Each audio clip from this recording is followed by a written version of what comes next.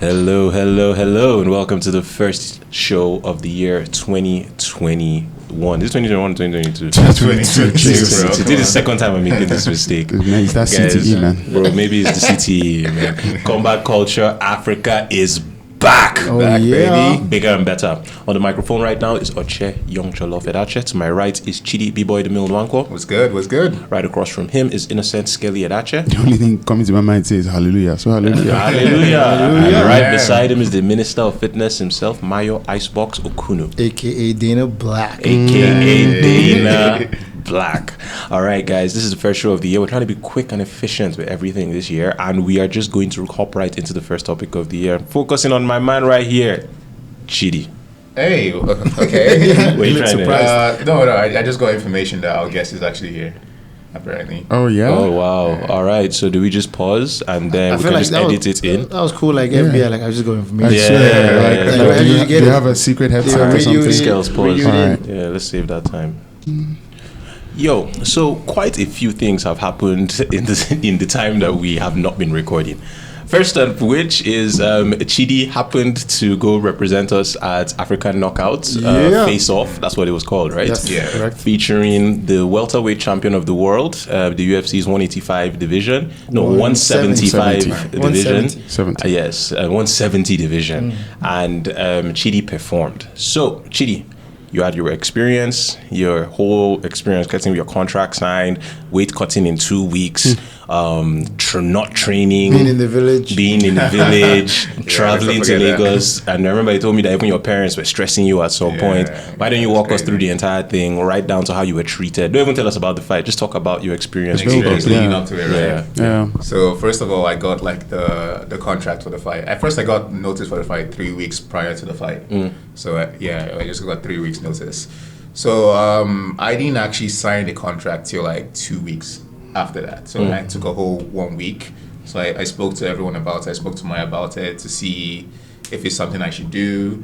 I felt like the experience was good as well, but I haven't been in any training camp whatsoever. So there was that as well.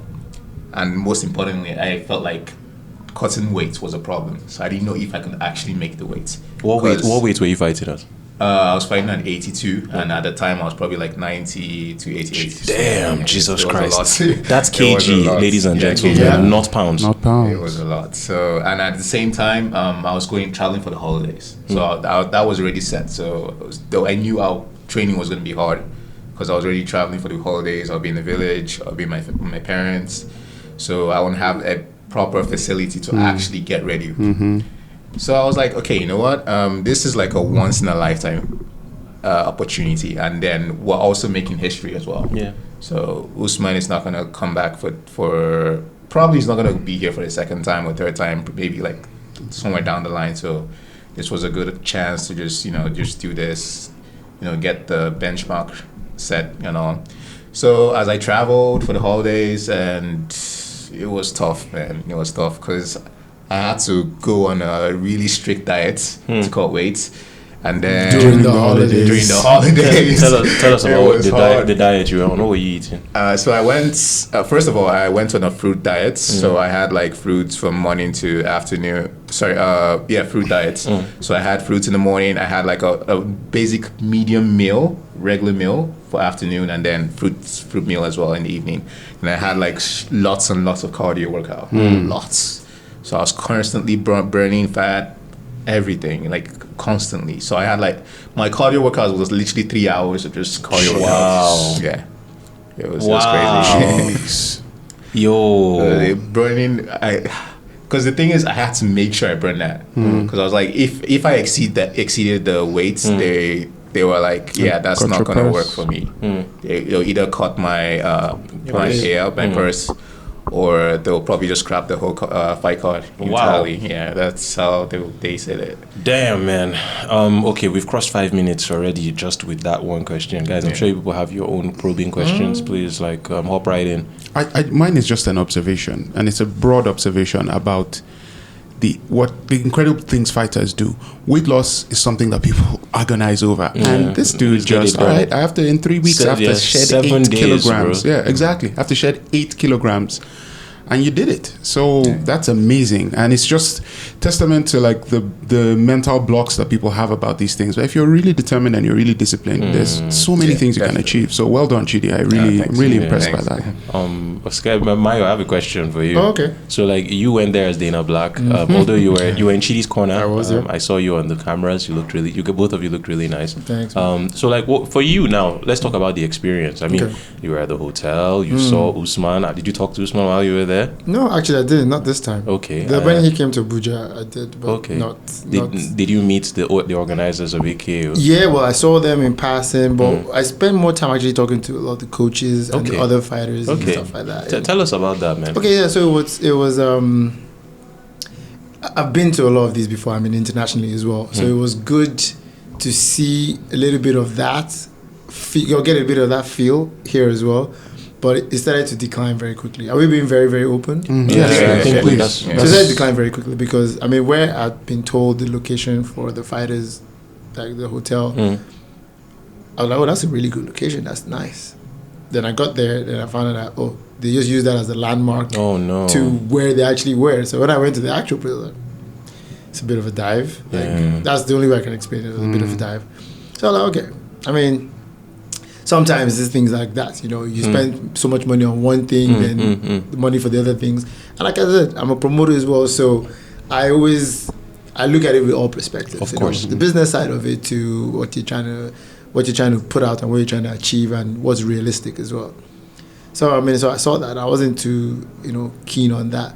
But then when I saw like how much how all the fighters were together, I remember that feeling, and that was nice. See, when I see the fighters together, like, even opponents were like hanging out, they're the same chilling. floor, not hanging out with each other, but on the same floor. Then I saw fighters from the AKO show, the Ultimate Fighter Style series, and it's always a beautiful thing when martial artists get together. So that was nice. Just hearing them talk, and they have different backgrounds. One of the guys who won the last show, he came from South Africa. He's Nigerian, but he trained in South Africa. So that's why I figured his wrestling was good. And it was just interesting to be in that space. So I really enjoyed that. That was probably my best thing about the whole thing. Then, and it's interesting you said I went there as Dana Black. I went there not as Dana Black per se, because I was a little bit in the shadows. I was really trying to just see how everything was happening behind the scenes. Because if I want to see what the production is, I can just sit in my house and watch it, stream it. I want to know what's behind the curtain. Behind it, of course. I want to know what's really happening. Like not the stuff that they put out to everybody, but the stuff that people don't get to see. I was there, so I wasn't making myself known per se, but as you have it, a lot of people were recognizing me. A lot of people that just follow me on Instagram and say stuff finally. So that was also nice. Surprising, and I don't know why I'm surprised. Why should it surprise you? Everybody asks me like, why are you surprised by that? I don't know why I keep getting surprised. But people like, oh my god! Someone even said, oh, I thought you were much bigger. Wow. And I was like, fuck you, man. Yeah, exactly. but yeah, so that was interesting. I enjoyed that. Beautiful. So I enjoyed being in the back end of the show, actually, like behind the curtains. Excellent stuff, man. Yeah. Chidi, you have a minute and a half. I'm really sorry I'm cutting it that short. Tell us about your fight. All right. So my opponent was Jude. He calls himself the Hurricane.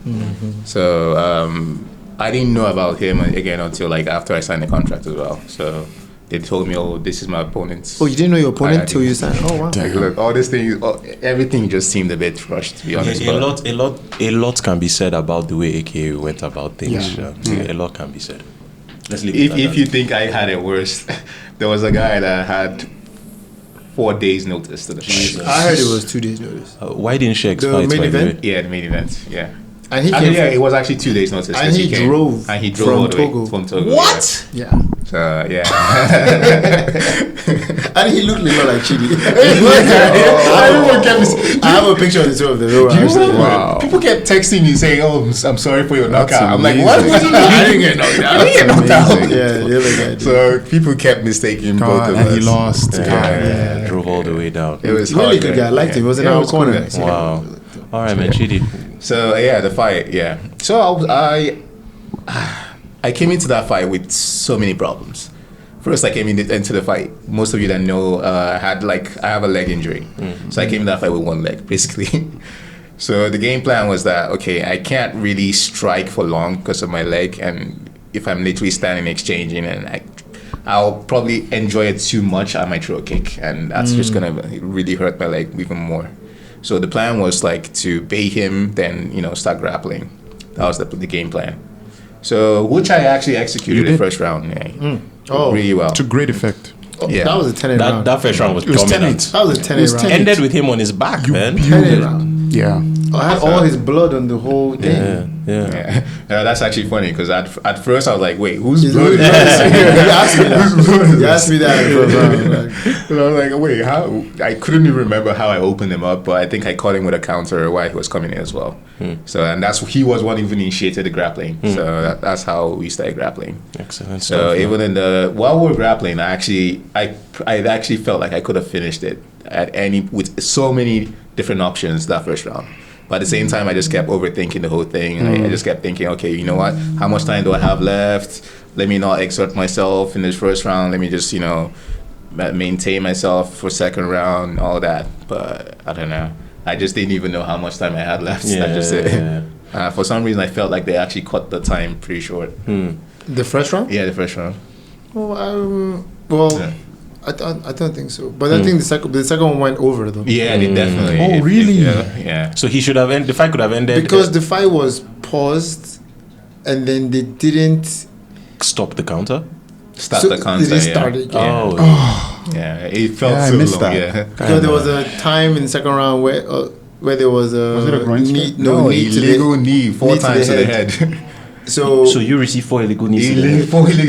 So, but the thing If you is, saw the video, I literally, the first one happened, I was like, okay, maybe like the ref will say something. Second one happened, third one, fourth one, then I literally screamed. I was like, what the fuck, ref? Yeah. Sorry, my bad. No, it's okay, man. So I was like, We're what not the on fuck, radio ref? yet. So I was like, isn't the ref seeing this? I was just screaming The at ref was cursing. right. Then the ref now had to stop. So for what I believe is that the ref didn't even know those were illegal. because I was gonna say, because I sat at the rules meeting. course. It wasn't said in the rules meeting. Yeah. So I actually don't He doesn't even blame know. the fighter. Yeah. Because- for taking advantage of our opportunity. Because it was a loophole, The rules and are then the the rules. ref didn't know. Imagine- I just didn't want referee to get it. I didn't want Chidi to get in a oral I battle. was literally just, It would just look bad. shit. I Yeah, stood up, I was just cursing the Yeah, ref straight it up. could- Do they just by default bring in boxing refs Yeah, to I ref think that's MMA it. bouts? Maybe A some lot of the- taekwondo a lot of the refs time. as I well. see. Everything Yeah. was too fast. And did not enough thorough work done to get a ref that knows what's up. Yeah. And it just wasn't. It was just overlooked. Yeah. I mean, not as if I remembered. I mean, if I remembered at the time when I was listening to, I'd have brought it up and I said something like, "Hey, what about this?" But I didn't remember either until it happened. I was like, "Hang on a minute, can't do that." Yeah, it's not allowed. But I was like, "Oh, Funny did they enough, say it?" I actually remember the exact moment because I think I was holding onto his leg, Yeah. and then he was like almost like a side control on my back. So I heard this team scream, knee, knee, knee. So as soon as he said that, I dropped my arm here. Yeah, so I was like, block obviously it's your going to body. be my Yeah. body. Yeah. And then you It's just just go you know my to head. I was like, what?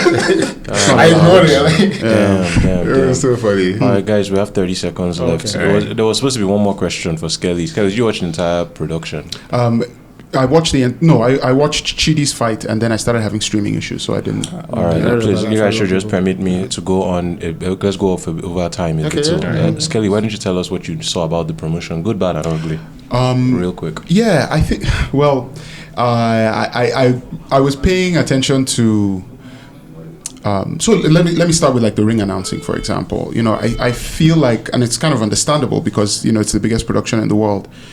I just felt like there was an attempt to like be Bruce Buffer without being Bruce Buffer, you know what I mean? So there were little things like that, but that's negligible, that's fine, and then the guy did an okay job. I also thought that in terms of like camera angles, there were enough to make it a good production, but I just don't think they were mixed properly in terms of some things you'd like to be able to see better, and you really couldn't.